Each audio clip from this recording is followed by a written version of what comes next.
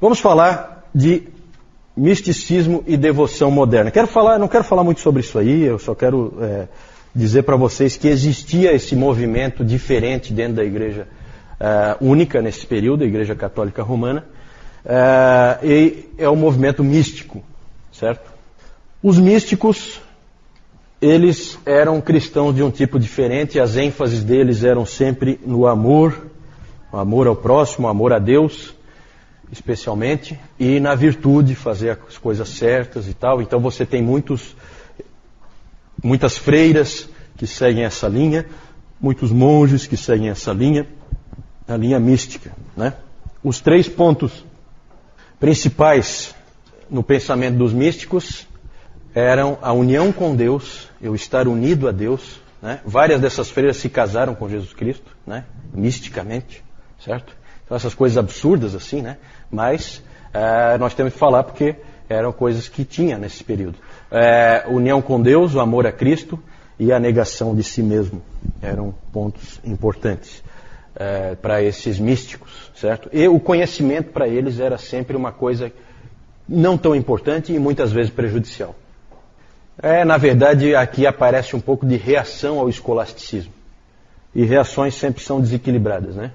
Vamos falar de alguns místicos, não vou falar deles não, eu só vou citar rapidamente só para vocês, quando virem os nomes em algum lugar, vocês lembrarem que já viram aquele nome.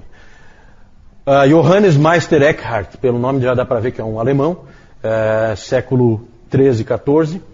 O Dr. Calhoun diz que ele tem um livro, Os Sermões de Meister Eckhart, e ele disse que ele sempre tenta ler algum desses sermões, né?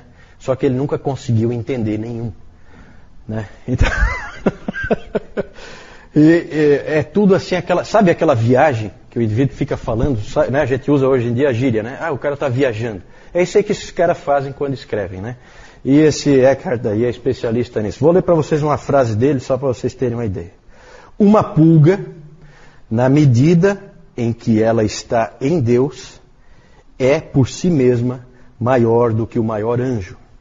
Portanto, em Deus, todas as coisas são iguais e são o próprio Deus. Inclusive, ele se complicou, porque esse tipo de frase aí cheira a quê? Cheira a panteísmo, né? Então a igreja começou a ver nele uma certa heresia e coisa, ele foi obrigado a se retratar. E dizer, não é isso, não foi isso que eu quis dizer, né? Aquela... então é complicado, né? Mas é um sujeito esquisito esse aí, mas é um sujeito bastante conhecido, né? Esse Meister aí, na verdade, não é do nome dele, não, é mestre, né? Como os seguidores dele chamavam ele. Esse Walter Hilton, não vou falar nada sobre ele, mas ele escreveu um livro importante para os místicos que se chama A Escada da Perfeição. Os místicos adoram a ideia de uma escada, de passos que você tem que seguir para o teu aperfeiçoamento espiritual. Então ele tinha esse livro, A Escada da Perfeição. A Juliana de Norwich, ela é a primeira mulher a escrever um livro em inglês. Inclusive é estranho porque esse nome Juliano não era usado para mulheres. Então, na verdade, o que se acha hoje é que esse nome não é o nome dela. Que ela ficava próxima à igreja de São Juliano e por isso ela ficou com esse nome, com o nome dele, né? Ela é inglesa, foi inglesa, ela era uma freira beneditina, ela se tornou uma ancorista. Sabe o que é uma ancorista? É uma pessoa que fica enclausurada numa igreja, então ela é feito um quarto para ela, com uma janelinha que dá para dentro da igreja, que é por onde ela pode se confessar, esse tipo de coisa, e uma janelinha que fica para fora da igreja, que é onde o povo vem conversar com ela, se aconselhar, né? É uma psicóloga é uma psicóloga do século XV, né? 14, 15, certo? Então o povo ia lá e falava com ela. Ela escreveu um livro, As Revelações do Amor Divino. As Revelações do Amor Divino. E revelações aí é isso mesmo, revelações. Porque ela alegava que ela teve 16 revelações da parte do próprio Cristo.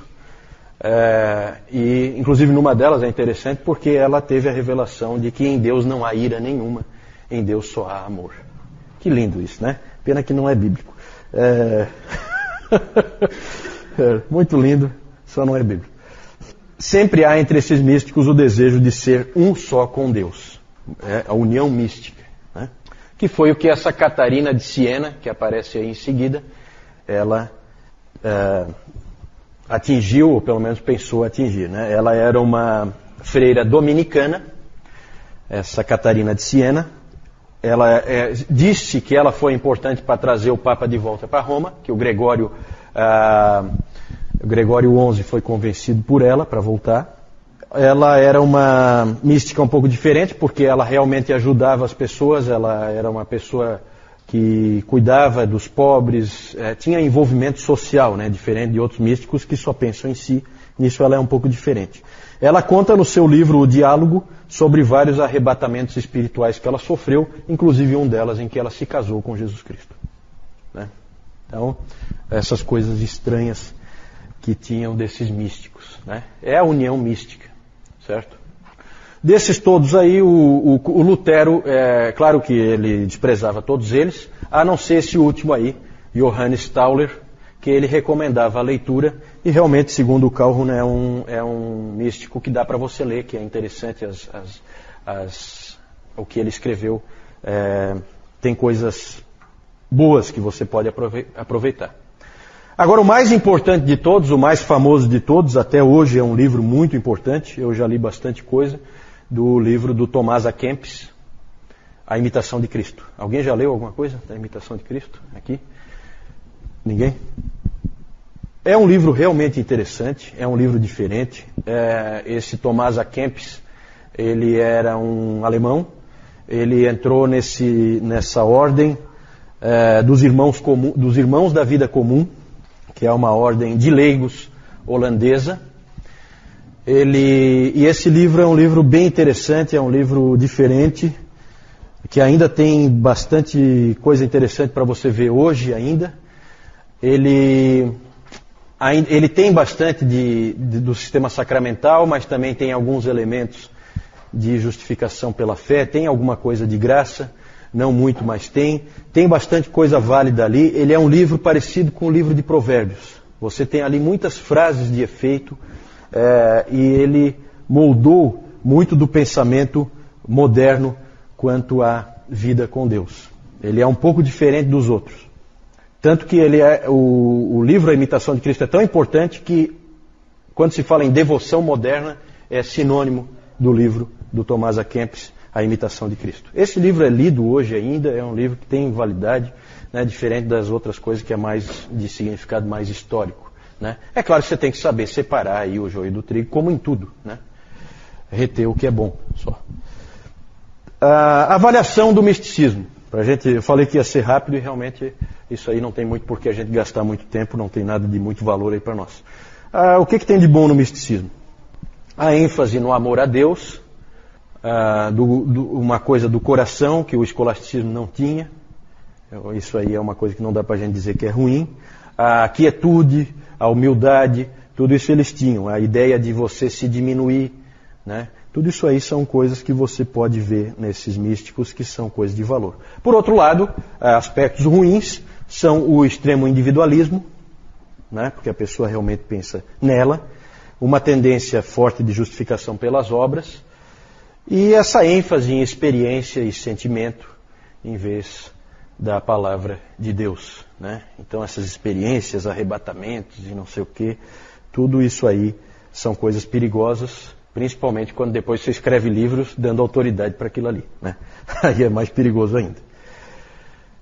É isso aí. Aqui então vocês veem a Catarina de Siena, ali vocês têm aqui a pintura da união mística, né? Ali não dá para ver, mas é uma troca de alianças dela com Cristo. Né? Não sei quem é que está ali atrás. Deve ser Maria, né? Geralmente nesse período, Maria era pintada sempre ao lado de Cristo. Certo? Inclusive na Capela Sistina, Michelangelo também sempre pintava. Onde ele pintava Cristo, ele punha Maria meio de lado ali, meio atrás. Né? Dentro do pensamento católico romano, que até hoje é assim. Aí o Meister Eckhart, que não dá para entender nada que ele escreve, e o Tomás A. Kempis, tem uma figura dele aí também.